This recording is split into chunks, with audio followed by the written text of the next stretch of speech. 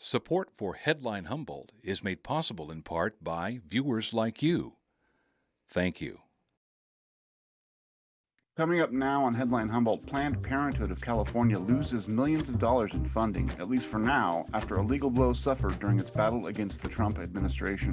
Also, KMUD General Manager Randolph joins us to describe how the elimination of federal funding for public broadcasting will impact its operations and employees. They're asking the community for support. Coming up now on Headline Humboldt.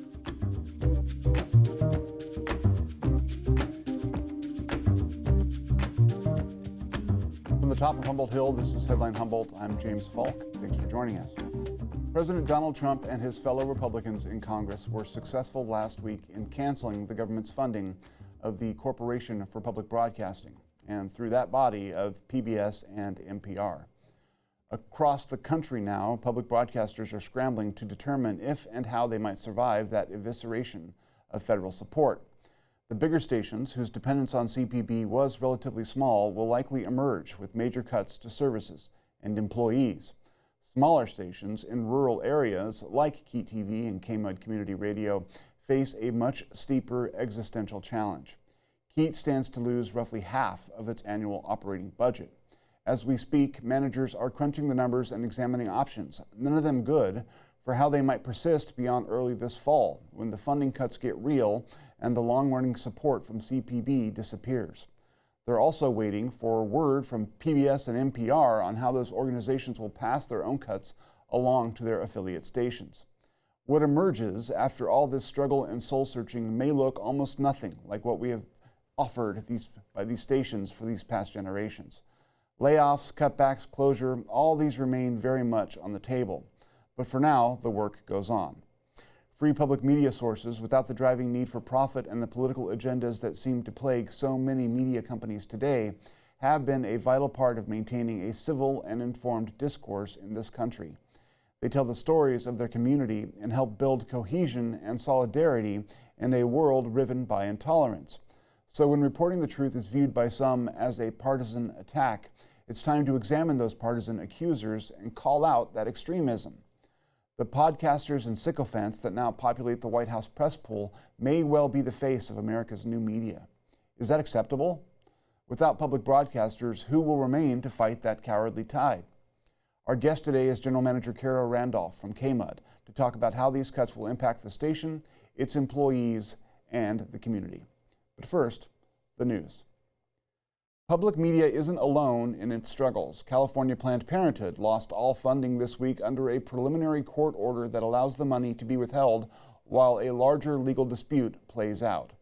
Planned Parenthood Federation of America sued the Trump administration on behalf of its members earlier in July over provisions of the Congressional Reconciliation Bill, also known as the One Big Beautiful Bill Act, that prohibited Medicaid reimbursements for large nonprofit health clinics that provide abortions. The lawsuit argues that the law defunds Planned Parenthood services in violation of multiple constitutional amendments. The ruling, which left both parties dissatisfied, partly blocked the law from taking effect, but only for a small fraction of Planned Parenthood organizations. None of California's Planned Parenthood health centers are included. In the Monday night ruling, U.S. District Court Judge Indira Talwani stated that Planned Parenthood's arguments show a, quote, substantial likelihood of success, unquote. But her order did not apply to most of the organization's nearly 600 clinics. Instead, the only clinics that may continue to receive funding while the lawsuit is ongoing are those that do not provide abortions because they are located in states where it is banned. Smaller health centers that receive less than $800,000 in federal funds will also be allowed to receive federal reimbursements. We'll be right back after this short break. Hi, neighbor. I'm so glad you're here. I did it. All my friends are here. To the creature rescue. I'm your best friend. This is a real magic-y place, Stu. It's not just your car. It's the one that brought your kids home from school, took you cross country, held memories, laughter, even a few breakdowns. When it's time to let go, give your car a new purpose. Donate it and turn memories into meaningful support for this station. Plus, you'll enjoy free and easy pickup, potential tax benefits, and a simple donation process. Your gift supports the programs you and your family love. Donate today and help keep public media strong. Call or donate online. Here's our interview with Kara Randolph, General Manager of KMUD Community Radio. KMUD, also known as Redwood Community Radio, is a media and community hub in Southern Humboldt. We broadcast all of Humboldt, Eastern Trinity, and Northern Mendocino. Our mission is to inspire, entertain, and inform. We like to present a lot of local issues to our community. All of our programmers are volunteers from our community, and like to really represent a lot of voices that aren't heard in mainstream media to get a really wide lens of our community. We're open to any members of our community to come and be part of our organization. And I think beyond that, one of the most critical components of KMUD is our ability to respond in emergencies and natural disasters. We have an amazing volunteer emergency response team that activates within seconds of disasters and allows us to get on air and let people know what's happening in real time, which is really defined. Yeah, absolutely. And you guys have recently been recognized for that. You guys have worked to kind of improve that response and have become rather well known for being Johnny on the spot come fires or anything else, right? Yes. Yes. Big thanks to our former news director, Lauren Schmidt, who did a phenomenal job getting this team of emergency responders together and making those connections for us. And giving us the guidance to continue doing that. Yeah. So, I mean, just some technical questions. How many people are employed by KMUD? But there's also, I'm sure, contractors and stuff that are sort of on the periphery who aren't necessarily employed there, but make money and make their living through working with KMUD. So both of those facets, if you could. And what's your overall operating budget from year to year, just to give people a sense? Sure. So we have about 7 staff members, 4 independent contractors, our hundreds of volunteers, which is the crux of our organization. Our budget is around $600,000 a year.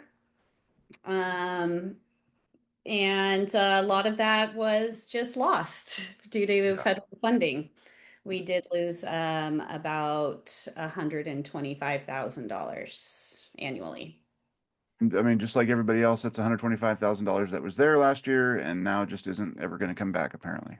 Yeah, and it was promised to us and guaranteed, and we had been planning for it, just like all the other organizations. It was already approved and granted for the next 2 years, and with only a few months left of the year, many people are already at their end of their fiscal year.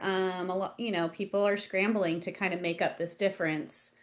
Luckily, we did anticipate this happening, and so our financial manager and committee had made adjustments to, make it through the year, pending that happened.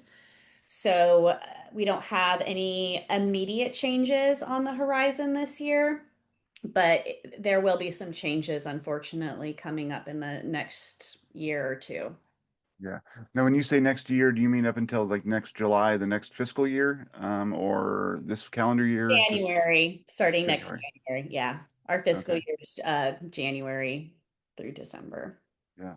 So, I mean, when you're looking at what might change, what are you having to consider, and what do the various scenarios look like? I mean, obviously, losing a quarter roughly of what your operating budget is, and trying to figure out how to make that money, not just one year, but then continuing to have that capacity going forward.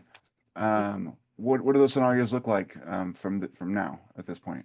Sorry. We have a lot of generous donors that have been coming through, and we're really hoping that we can make up a lot of that money through sponsorship and donations. We have an amazing community and audience and social media followers, and if every social media follower donated, $100, we'd be done. We'd be set for the year. And that feels doable. I think that every little bit helps. And if we can just really rely on our community a little more, I think we can make up a lot of that difference.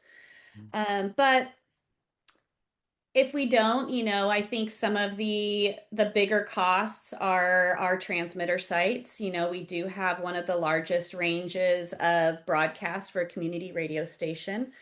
And it costs a lot of money to be able to do that. We have to pay for the site, we pay rent, we pay insurance, equipment, uh, Power.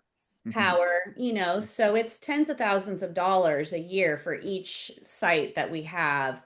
Um, we don't want to lose any of it, but that is one option of cost cutting back is limiting our broadcast range.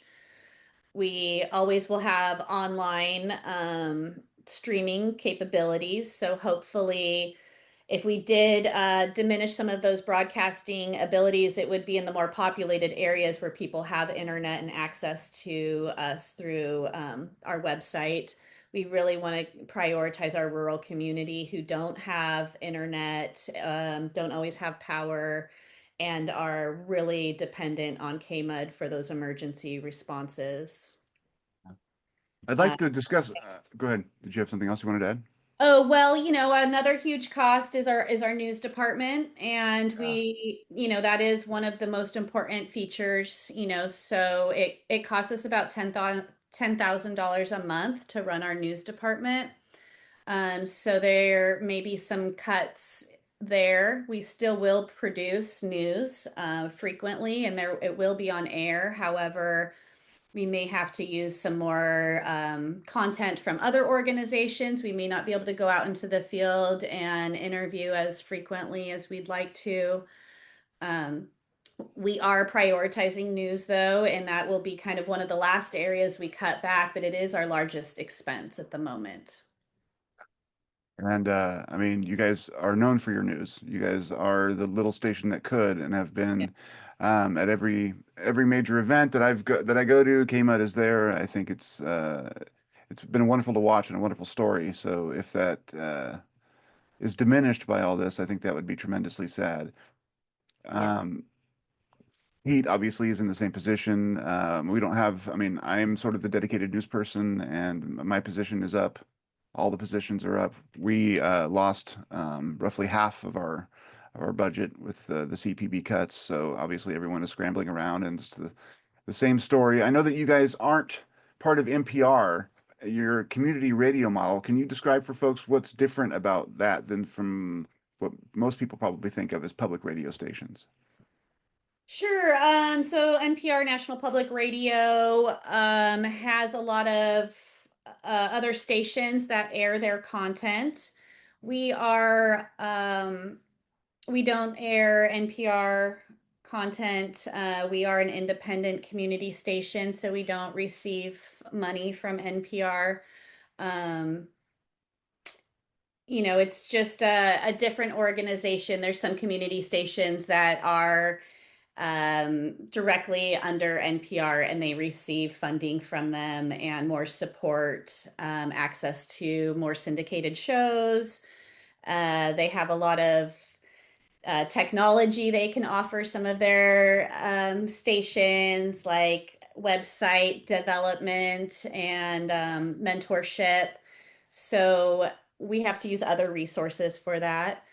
We're part of the NFCB, National Federation of Broadcasting Communities, I believe, which is a large nonprofit organization that most community stations are involved in, which really help with mentorship and advice and communication and stuff like that.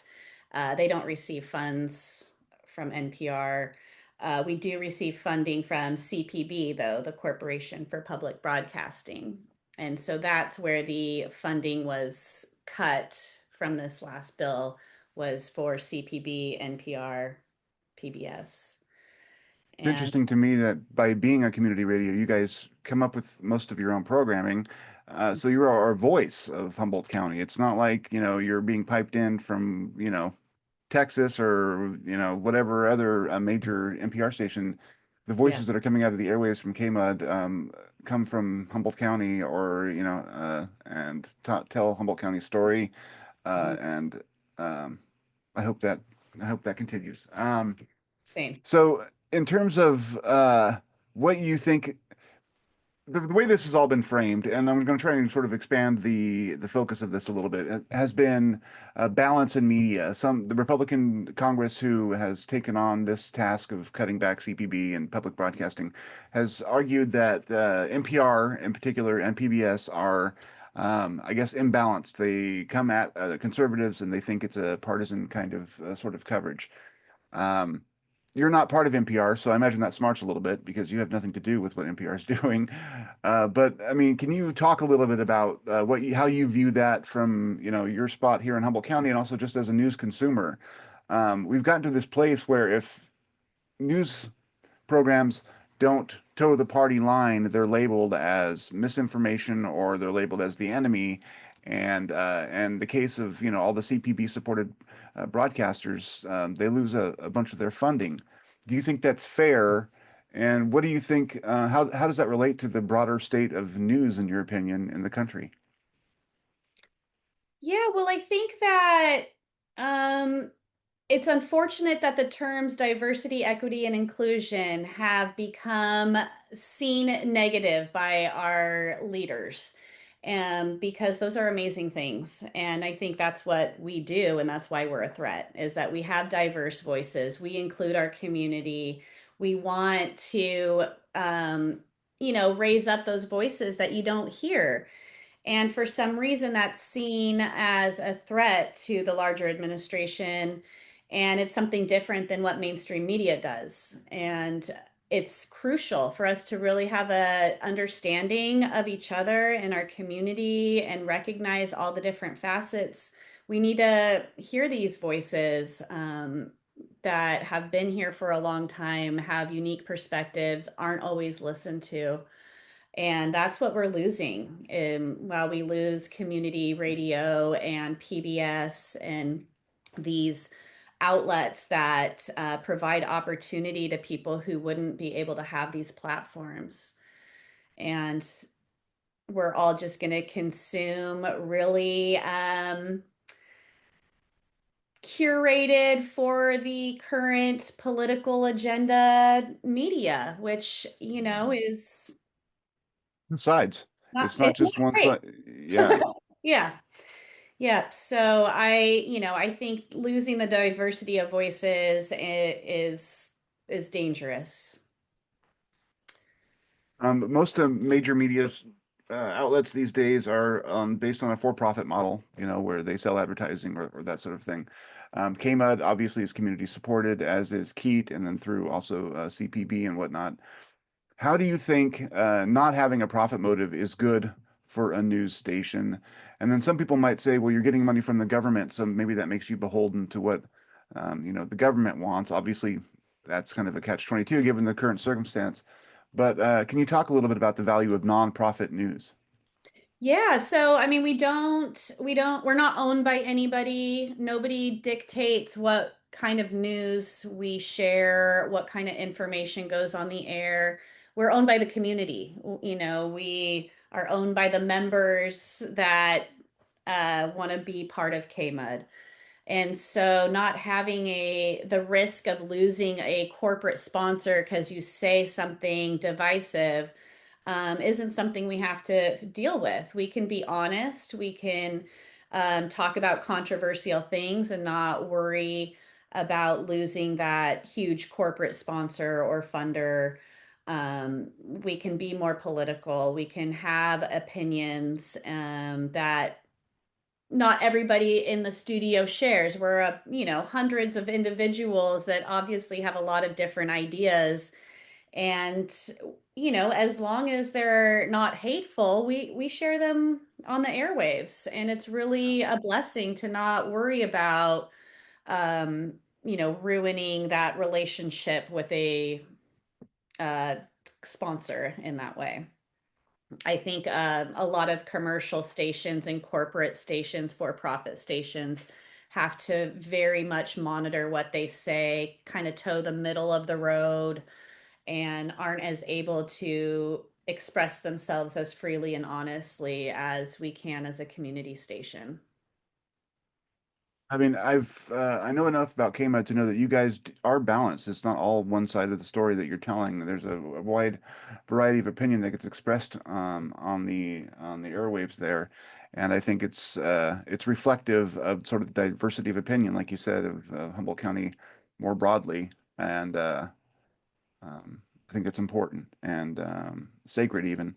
Um, Given all that's gone on with the announcement and all the news that it's been all over the place about the CPB cuts and whatnot, has how has the community reacted? Have you been contacted by folks who are your supporters? Have you seen an avalanche of donations? And obviously, you'd probably like to see more. How can people get support to you if they want to try and keep KMUD afloat? Sure. Yes, we have seen a lot of donations come in. We've had a lot of members call and double their donation or give extra, which, I mean, that is a great way to help. Cash is very, very helpful. Not everybody has that ability, and we understand that. And we have a lot of other ways that you can support us. Just listening to us, telling your friends about us is very helpful. If you're one to use social media, share our stories, tag us, spread the word about the loss of funding and the need for support. We are all volunteer ran, um, except for the few administrative staff that we have, but all of the programmers are all volunteers. And if you have any interest of being on the radio, we have trainings we offer and room for people. So that's a fun way to be involved if that's something people are interested in having their own show. We also have call-in shows every weekday, 7 o'clock. Call in, that just engage with us. That is a really great way to participate without costing money. We have a lot of events we can always use volunteers for. We're selling coffee at Reggae on the River. Come by, buy a hat, a cup of coffee. Um, if you have time to volunteer for events or want to come and clean the studio or organize our record collection, we'll find something for you to do. And so you can check out our website, kmud.org, and contact us or donate there, and we'll definitely take any help we can get. Last angle of questioning, I'm interested in your own story with KMUD. How did you come on board there? How long have you worked there? And yeah, what's your involvement look like? Sure. So I'm pretty new. I've been here 10 months. I came Oh, from commercial radio before, and I have been a DJ in the community for over 20 years. So my passion is in music and DJing, which led me to radio. I started off on community radio at Humboldt Hot Air, and then I moved over to Lost Coast Communications and worked there for a couple years for K-Hum and K-Slug, and was an on-air DJ, which was really fun. And then when I saw that KMUD was opening up, I thought it was that opportunity to blend my passion for DJing and radio and my community activism in one, because it is very community based. It's very different than commercial radio. And so to be able to work for an organization deeply rooted in the community, reaching out to get community response and involvement, and being that support during emergencies and all of that, just felt like such an honor to be part of. So I was really excited for this opportunity. yeah. I know that, I mean, after having been there 10 months and to have this happen, I'm sure the last thing you want to talk about is your own personal struggles in this, but how is that for you? I mean, you're basically trying to steer this ship through some of the most troubled waters it's probably ever faced. You have a board like most nonprofits, I'm sure. How does that feel to be sort of the one who is trying to weather it all and get through it?